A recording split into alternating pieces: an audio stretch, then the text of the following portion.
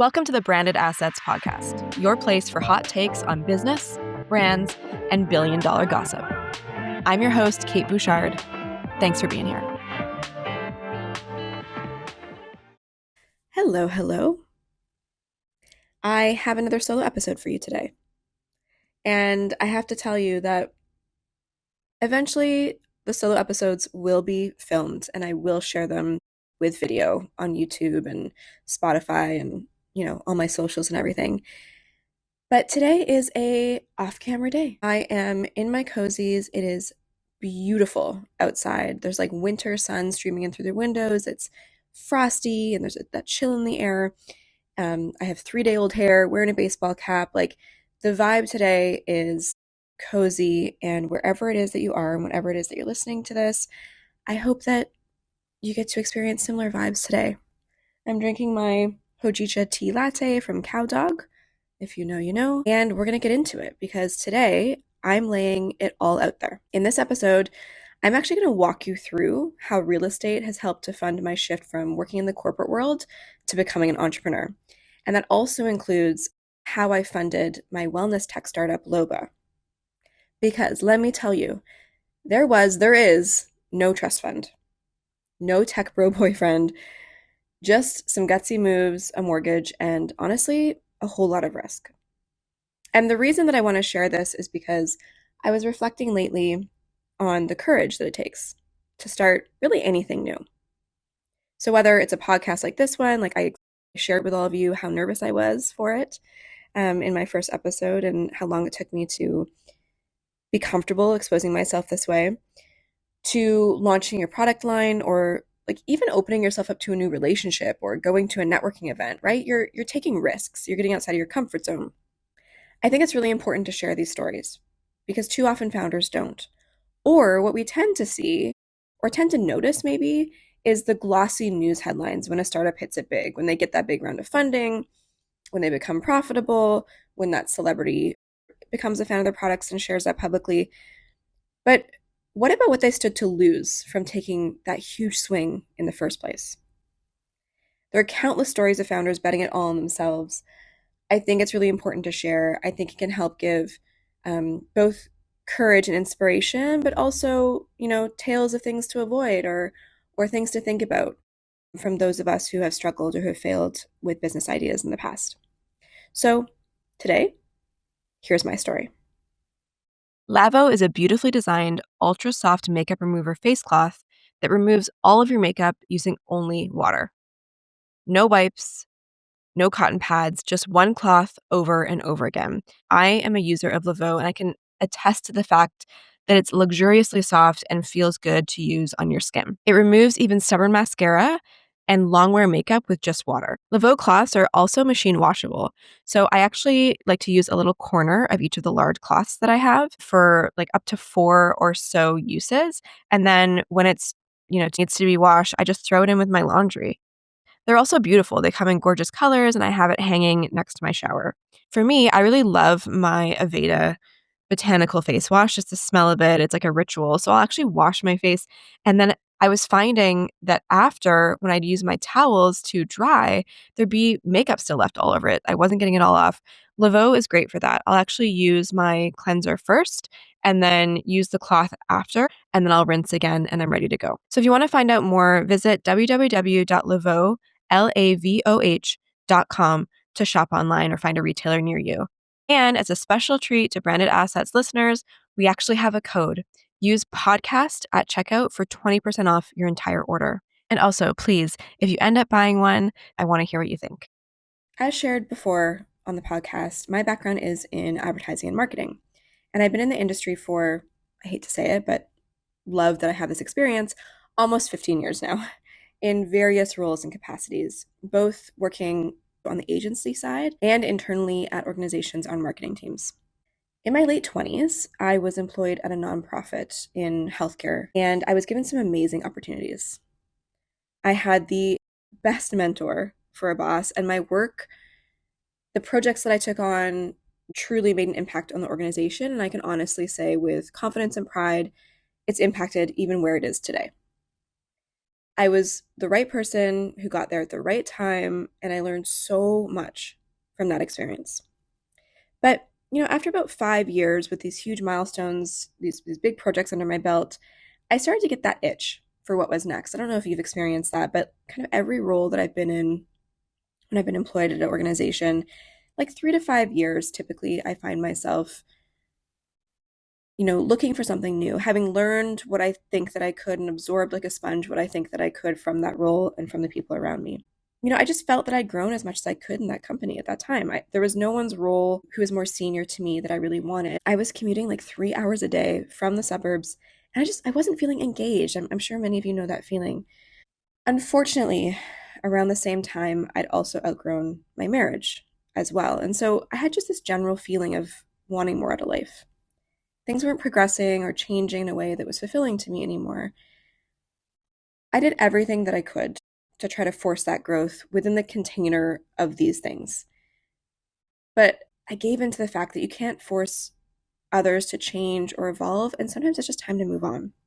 This all happened not like at once, but in a very short succession. And I'm sure that people in my life were thinking, like, what is she doing? She's blowing everything up. And I kind of was. But I was looking for more freedom and flexibility, both in my career and in my life. I wanted to travel, work remotely, try new things, make new connections, work on other accounts, work with other brands. I acted for a little bit. I really tapped into my creativity and my writing. And so, I was just at this phase of life where things were transitioning. And as a part of that transition, as a result of my divorce, I was bought out of the home that we owned together. So for the first time, really, I had the ability to invest in the life that I wanted to build for me, by me, independently on my own. And by selling my share of real estate, I was able to make that first jump from the corporate world. So I was able to leave that role to start my first company, which continues to be Armature Collective. As a service-based business, startup costs are typically low, and that was the case for me.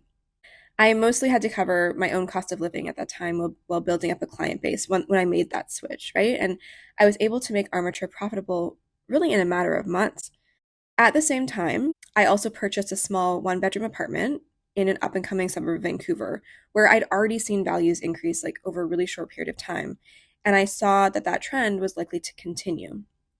So I used that money from being bought out of my home to invest in real estate in a smaller property and also to invest in myself. It paid off in spades. Now, fast forward 4 years or so later, I had paid down the mortgage on that apartment over time. Property values skyrocketed, and there was tons of equity that was now accessible in that home. And equity is the difference between market value of your property and what your current debt or mortgage is on that home. So if you were to sell it, what capital, what cash would be left between the sales price and what you owe. I was able to remortgage that apartment because of that excess equity and access over $100,000 in capital to fund the early stages of Loba's product design and software development. I will never forget walking out of the bank after remortgaging my apartment. Shout out to Mikkel with BMO. With that check in hand, that $100,000 and some change check, and messaging my spouse, because I was in a new relationship by then. And I messaged him and I said, are we really going to do this? Like, am I making the right decision? It was such an insane feeling. There's no way I could possibly have saved enough money on my own as a single person for most of that time with a small business living in the city with a high cost of living. Like I never would have been able to fund Loba. And from an interest rate perspective, remortgaging my place to access this capital was also a very smart move, and here's why. My remortgage was around 2-3% interest. It was 2021. Interest rates were really low around the pandemic. So I think it was about just under 3% interest for a 5-year fixed. 2 years later, lines of credit or business loans were hitting up to 10, 11% with variable rates. This adds up to a huge difference when you consider repayment and what we spent on interest monthly when you're looking at like just under 3% to 10 or 11% on interest. I also used that apartment as leverage to reduce my risk for future loans and lines of credit that I did take out with the business. And I did this by making sure that I always had enough value in my home, in that apartment, to pay off any possible debt that I might be in if the business did not succeed.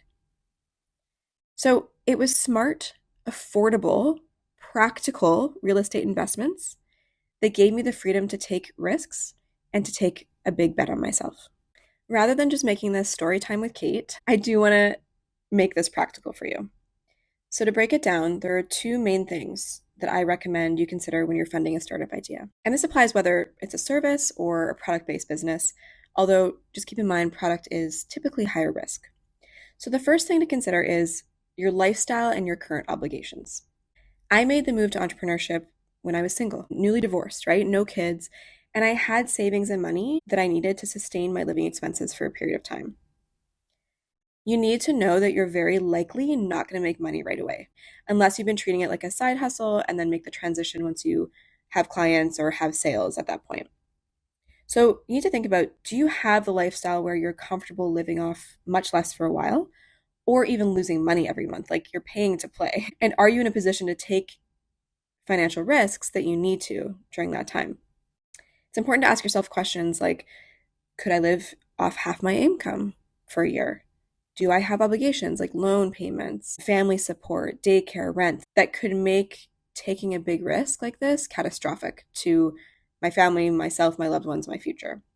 These are not fun questions to have to ask yourself, but they're the reality when your personal finances and your business finances are entangled, which for most founders, they really are. The second thing that's always been really useful for me, and I use this in whether it's a creative project I'm taking on, a new client, a new business, a relationship, what's the worst case scenario? It sounds a little pessimistic to think this way, but it's always made me feel better because the worst case, a lot of times, isn't as bad as you think it might be. So, this is something that I analyzed at multiple junctures with both of my businesses. Loba was the cash cow. And so I asked myself this a lot. And at milestones like remortgaging my apartment to fund the initial stages of the product and software development, I asked myself this when taking out business loans or lines of credit, paying for that first round of inventory, like sending that wire transfer for tens of thousands of dollars overseas, when hiring my first employee and when investing in, upfront and ad spend and making those leaps. I knew that worst case, I would lose my investment and have to sell my apartment to pay off company debt. This is because lenders here, especially in Canada, tend not to lend to new businesses without personal guarantees. So for those of us who aren't familiar, a personal guarantee on a business loan means that you're agreeing to pay back the loan yourself if your business cannot. Basically, if you sign a personal guarantee, the bank can come after your personal savings, your home if you own one, or any other assets that you have to get their money back. And it doesn't matter if you're incorporated or not. Being incorporated does not protect you if you've given a personal guarantee. So sure, they're lending the money to your business on paper, but you are on the hook. And that's why I shared that so many founders have their personal and business finances tangled together. Oftentimes, founders cannot access debt financing without this. It's a problem, and it's especially a problem in Canada and especially for female entrepreneurs because statistically, female entrepreneurs do not get investment from angels or venture capital, and they have to rely more heavily on debt financing to start their business. Loved by both celebrities and film industry professionals, Skin Edition is the industry's best kept secret no longer. Created by my friend Lisa Marie, who's a facialist to the stars and owner of the Skin Girls Medical Aesthetic Clinic, this medical-grade skincare line will absolutely transform your skin, no matter your skin type, no matter your needs. And what I love even more about Skin Edition and Lisa is that a portion of the proceeds actually goes to support women's charities. So if you want to learn more, visit shopskinedition.ca. And we have a special code for listeners. If you use the code branded assets at checkout, you'll get 20% off your first purchase. That's code branded assets at shopskinedition.ca for 20% off your first order. Happy shopping. Anyway, once I got to the point where investing more, taking on more risk meant I might not be able to pay my personal bills anymore, or that I have to personally consider something drastic like declaring bankruptcy, that's when I decided to pause operations on the business. I had met the ceiling of my risk tolerance for my current lifestyle. And part of that was because things had changed. I had a baby. Just as Loba was getting to market, I had a son and I was postpartum and juggling two businesses. And all of a sudden, I had these obligations to my family, daycare expenses, nanny expenses, like per my earlier point, right? To point one about looking at your lifestyle and your obligations, I'd met this ceiling of my risk tolerance. I was personally comfortable that I could build back up my net worth and my real estate portfolio from zero, but not from the deep, dark depths of red at this phase of my life. This is such a personal consideration, and really, you can't take it lightly. So, it's so important to look at this and go into any of these decisions well researched and with your eyes completely open. I recently took to my socials to ask my audience if they had any questions that they wanted me to address on the Branded Assets podcast, and I got a lot of really wonderful, thoughtful responses. So, thank you so much for anyone who submitted a question. Here's today's. When starting a business and maybe you haven't validated your idea or anything, when is it best to spend the funds and incorporate? First of all, this is such a great question because not only does it take courage to begin your startup, but often it also takes money. And depending on the business idea, it can take a lot. So it's really important, I think, to spend money wisely and also at the right time. You don't want to jump the gun and pay for something that you didn't need early. You're looking at managing cash flow, right? So in the case of incorporation, incorporating in and of itself doesn't have to be that expensive. You can incorporate yourself for a small fee. There's online platforms that you can use to incorporate through that offer that service. And there's actually a lot of small business law firms who will do it, I'd say for like if I were to throw out a number, $1,000 or so.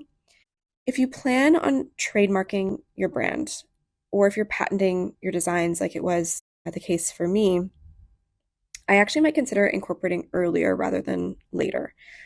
Reason being, you want the IP or the intellectual property to live in the right place under the business, right? If you wait to incorporate and you trademark or patent under your own personal name, later transferring those assets over to the business might be costly. And it's just kind of like a paperwork frustration. So that's something to think about. The other thing to think about is where are you getting your funding from?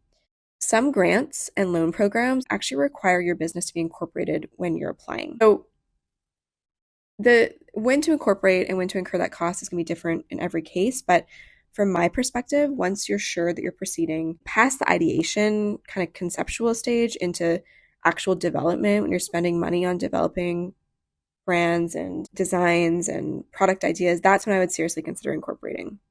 I cannot accentuate enough how important it is to speak to a lawyer and an accountant really early in the process. Good lawyers and accountants are your best friend, and mine still are to this day, the people that I call in various scenarios when you're just starting the company, when things are going really well, when you have offers for investment, when you're, selling shares, when you're winding up the business. Like they're such an amazing partner, and it's really important to find the right ones early. They understand business structures, holding companies, there's tax implications to consider. All of that has to do with what structure you choose. And even if you don't have someone right now or you're not sure if you should incorporate right now, paying for just an hour of their advice, like an hour professional fees to get it set up properly and know what questions you should be asking in the beginning is 100% worth it. So thank you so much for the question. I hope that helps. And listeners out there, if you have a topic, if there's something you want me to address or discuss in the podcast, or a question you want to hear my thoughts on, send us a DM on Instagram over at Branded Assets, and who knows, it might make it on the show. So that's my story of how my condo bankrolled my startup and wasn't just a place to live. Real estate for me was the foundation that let me take that leap into entrepreneurship. And without that equity, without that financial flexibility, I can honestly say that I wouldn't have been able to start Armature. I wouldn't have been able to fund Loba. and take those calculated risks or give myself the runway and the confidence that I needed to make it happen. I think the thing that I would love for you to take away from this episode is that you don't always need a trust fund or a tech bro or a bunch of investors to get started. Sometimes it's about making smart moves with things that you already have access to, what's already in your hands, and having the courage to take the big swings, even if some of them miss. So that's it for today. Chat at you soon. That's a wrap on today's episode of Branded Assets. Power looks better when women are in the room, so thanks for listening. If you like what you heard, follow the show, share it with a friend, and join us on Instagram at Branded Assets. We're just getting started. I'm Kate Bouchard. See you next time.